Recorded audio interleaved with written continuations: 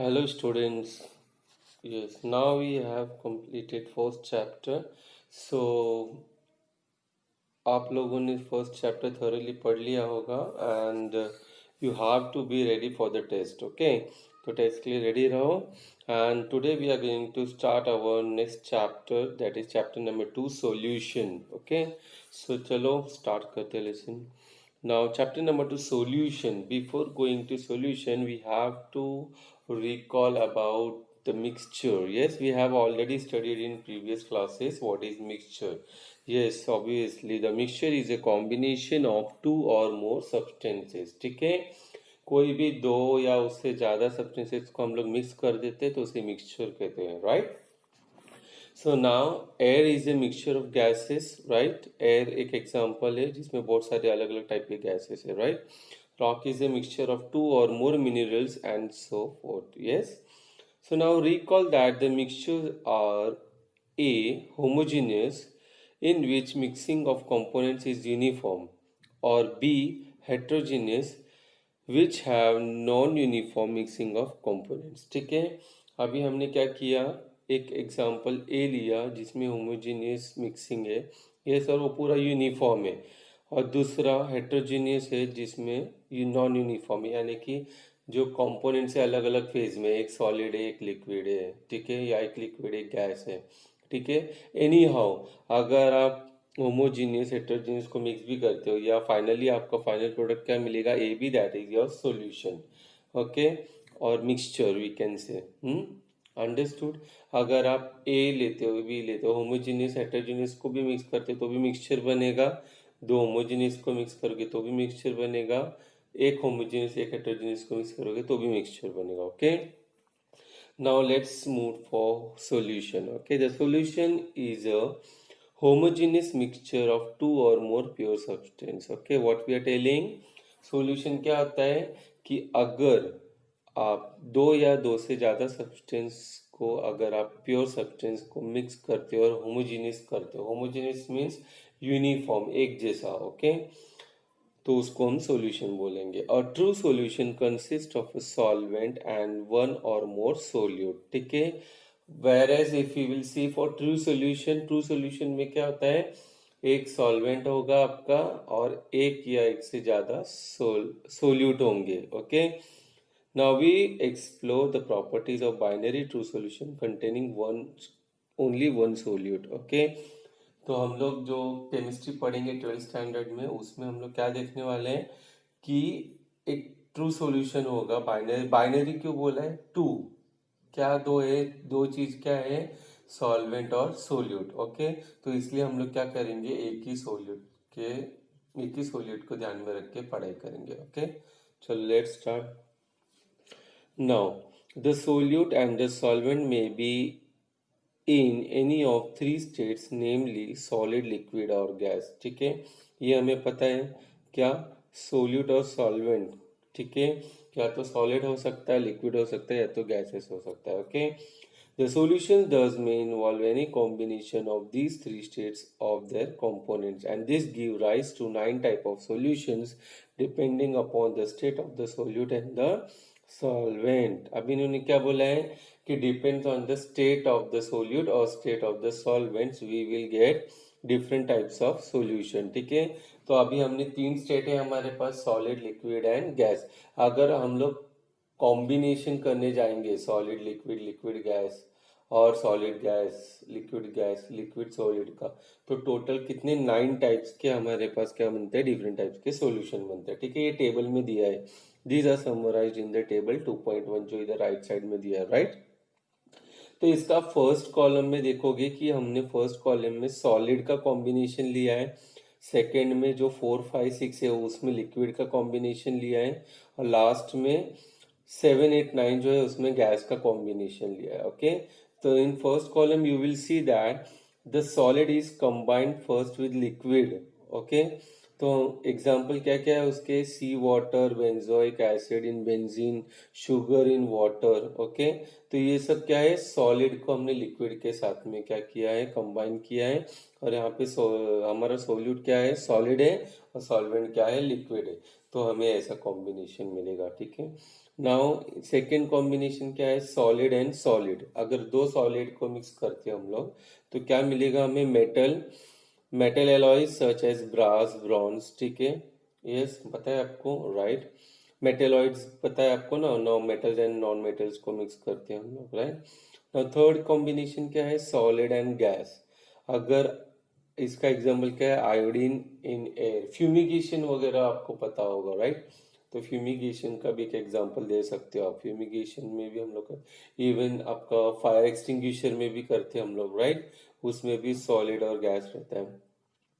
Now second combination liquid का देखते हैं, लिक्विड इन लिक्विड, ठीक है। गैसोलीन, इथेनॉल इन वाटर, ठीक है। तो ये सब क्या है आपका लिक्विड इन लिक्विड कॉम्बिनेशन है। Liquid in solid, amalgams of mercury with metals as mercury in silver, ठीक है।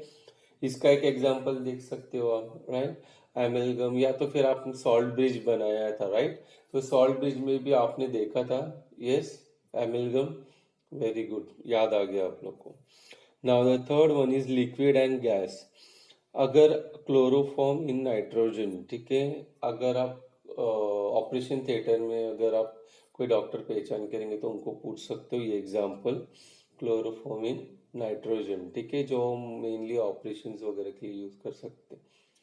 Now the third option is gas, ठीक है। हम अगर फर्स्ट कॉम्बिनेशन देखेंगे गैस एंड लिक्विड का, तो कार्बोनेटेड वाटर, जो आप लोग को सबको पता है, कोल्ड ड्रिंक सब लोग पीते ही हो आप लोग, ओके।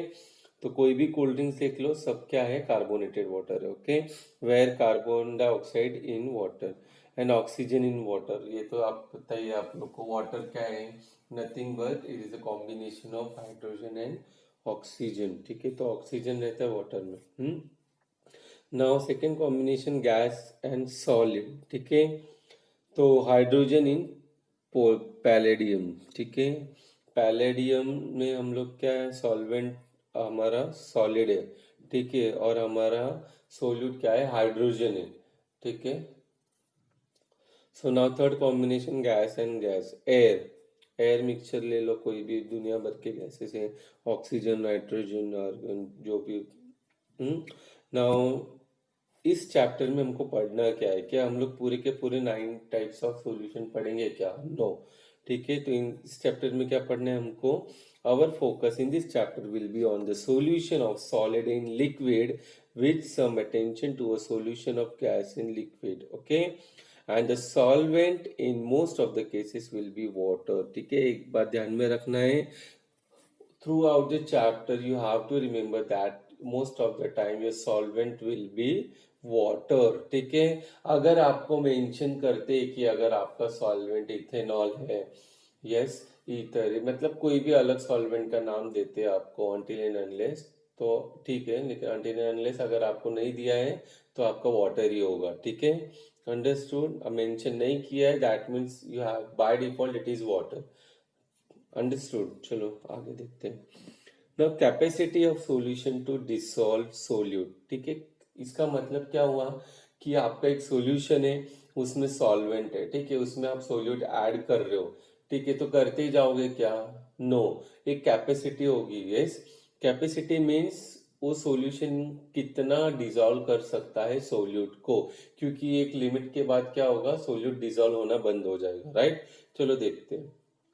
तो chemist need to know the capacity of solution to dissolve a solute, ठीक है। केमिस्ट को मालूम होना चाहिए, केमिस्ट कौन, यस, जो केमिकल लैब में, केमिस्ट्री लैब में जो काम करते हैं, राइट, जो डिफरेंट टाइप्स केमिकल्स को डील करते हैं, उनके ऊपर स्टडी करते हैं और उनसे अलग अलग प्रोडक्ट बना के देते हैं, वो केमिस्ट होते हैं, ओके। तो इनको मालूम होना चाहिए क्या कि सॉल्यूशन का कैपेसिटी कितना है। अगर एक फॉर एग्जांपल एक वाटर ले लो, पानी ले लो, ठीक है। तो पानी में आप सॉल्ट ऐड कर सकते हो जितना चाहिए, सॉल्ट शुगर ऐड करते जा रहे हो करते जा रहे हो, बट उसका भी एक लिमिट है। एट अ सर्टेन टाइम जब दोनों इसका सोल्यूट का ये अमाउंट बढ़ते जाएगा तो एक टाइम ऐसा आएगा कि वो डिसॉल्व होना बंद हो जाएगा, ओके। तो हमेशा ये करके तो नहीं देख सकते ना, तो इसलिए उनको पहले से मालूम होना चाहिए कि उसका कैपेसिटी कितना है, कितने लीटर सॉल्वेंट में कितना केजी सॉल्यूट हम ऐड कर सकते हैं, okay. Now suppose that a solute is added to a solvent. ठीक है, अभी हम लोग सपोज कर रहे हैं सोल्यूट ऐड कर रहे सॉल्वेंट में. It dissolve readily at first. ठीक है, यानी कि इजीली पहले डिजॉल्व हो जाएगा. The dissolution then slows down as more solute is added. ठीक है, हम लोग जैसे जैसे उसमें सोल्यूट ऐड करते जा रहे हैं तो क्या हो रहा है, धीरे धीरे हमारा जो डिसोल्यूशन मीन्स डिजॉल्व होना. ठीक है, सोल्यूट का डिजॉल्व होना उस धीरे धीरे होते जा रहा है. ठीक है, पहले क्या हुआ, 1 स्पून ऐड किया तो इजीली डिजॉल्व हो गया. जैसे जैसे आप बढ़ा रहे हो उसका डिजॉल्व होना स्लो हो गया. ठीक है, आपको ज्यादा मेहनत करनी पड़ रही है. Now if we continue the addition of solute, the dissolution stops. ठीक है, एक टाइम ऐसा आएगा कि solute dissolve होना बंद हो जाएगा. And the solution at this point is said to be saturated. अब जब डिजॉल्व होना बंद हो गया है तो ऐसे टाइप को सॉल्यूशन को हम क्या बोलते हैं, सैचुरेटेड सॉल्यूशन. अंडरस्टूड. तो ऐसे सॉल्यूशन को क्या बोलेंगे, सैचुरेटेड सॉल्यूशन. ठीक है, अभी यहाँ पे क्या हो रहा है, इक्विलिब्रियम अटेंड होएगा. चलो देखते क्या होता है equilibrium. A dynamic equilibrium can be reached where the number of solute molecules leaving the crystals to pass into the solution is equal to the number of returning from the solution to the crystals. ठीक है, समझ में आया. ये नीचे यहाँ पे एक रिएक्शन भी दिया है, इसको भी देख लो तब आपको समझ में आ जाएगा. सोल्यूट प्लस सॉल्वेंट, ठीक है, गिव्स. अभी हम फॉरवर्ड रिएक्शन की तरफ देखेंगे तो क्या है, डिसोल्यूशन है. ठीक है, यानी कि डिजोल्व हो रहा है तो हमको क्या मिल रहा है, सॉल्यूशन मिल रहा है. ठीक है, अब सॉल्यूशन में हम लोग ऐड करते जा रहे थे सोल्यूट, तो एक टाइम ऐसा आया जब डिजोल्व होना बंद हो गया तो अब क्या होगा, रिवर्स में जाएगा रिएक्शन. ठीक है, फॉरवर्ड रिएक्शन में क्या हुआ, सॉल्यूशन मिला. अब जब वो रिएक्शन रिवर्स में जा रहा है तो हम क्या देख रहे हैं, क्रिस्टलाइजेशन. ठीक है, तो कौन सा प्रोसेस होगा, क्रिस्टलाइजेशन. और ये क्रिस्टलाइजेशन जब होगा तो हमें क्या होगा, फिर से सोल्यूट और सॉल्वेंट मिलेगा. Okay, understood. रिएक्शन देख के समझ में आया इजीली. चलो आगे देखते हैं. अभी क्वेश्चन आया मेरे मन में, what will happen if we will go on adding solute. ठीक है, मतलब what is the question, अगर हम solute को ऐड करते जाएंगे तो क्या होगा. so you have to answer like this. A saturated solution contains maximum amount of solute dissolved in a given amount of solvent at a given temperature. ठीक है, एक पर्टिकुलर गिवन टेम्परेचर में क्या हो रहा है, maximum amount of solute already dissolve हो चुका है. तो अभी आगे क्या होगा, a solution containing greater than the equilibrium amount of solute is said to be supersaturated solution. ठीक है, तो ऐसे टाइप ऑफ सॉल्यूशन को हम लोग क्या बोलेंगे, सुपर सैचुरेटेड सॉल्यूशन. ठीक है, क्योंकि ऑलरेडी सैचुरेटेड है उसमें भी और आप सोल्यूट ऐड कर रहे हो तो क्या हो जाएगा, वो super saturated solution. And such solutions are unstable. ठीक है, ऑब्वियसली अनस्टेबल ही होगा, सुपर सैचुरेटेड है तो. Now the precipitation occurs by the addition of a tiny crystals of the solute and the supersaturated solution changes to saturated solution. ये हमारा ये sentence ने क्या बताया हमको, जो हमने देखा था रिवर्सिबल रिएक्शन. यस, जब वो रिवर्स में जाता है तो क्या होता है, क्रिस्टलाइजेशन होता है, हमने देखा था. राइट, तो यहाँ पे भी उन्होंने वही बताया, जो प्रेसिपिटेशन ऑकर्स, यानी कि प्रेसिपिटेशन होता है किसकी वजह से, जो टाइनी क्रिस्टल्स फॉर्म हो रहे सोल्यूट के. ओके, तो उसकी वजह से. तो इस रिवर्स में जब जाता है तो क्या होता है, वापस से जो आपका सुपर सैचुरेटेड सॉल्यूशन है वापस से क्या हो जाता है, सैचुरेटेड हो जाता है. अंडरस्टूड, समझ में आया आप लोग को. यस, ये देखो यहाँ पे रिएक्शन, ये आपका सॉल्यूशन है तो अभी ये क्या हो गया है, सुपर सैचुरेटेड हो गया. राइट, तो ये सुपर सैचुरेटेड सॉल्यूशन क्या हो जाएगा आपका, आपका वापस से जब क्रिस्टलाइजेशन होगा तो आपका क्या हो जाएगा, सैचुरेटेड सॉल्यूशन हो जाएगा. अंडरस्टूड. आज आप क्या करोगे, इतना अच्छे से पढ़ लो क्या होता है मिक्सचर्स, टाइप्स ऑफ मिक्सचर्स और डिफरेंट टाइप्स के सॉल्यूशंस है. Right, saturated solution, super saturated solution, ये जो भी आज हमने पढ़ाई किया है इसको अच्छे से थरो करो. नेक्स्ट वीडियो में हम नेक्स्ट टॉपिक डिस्कस करेंगे. Okay, thank you so much.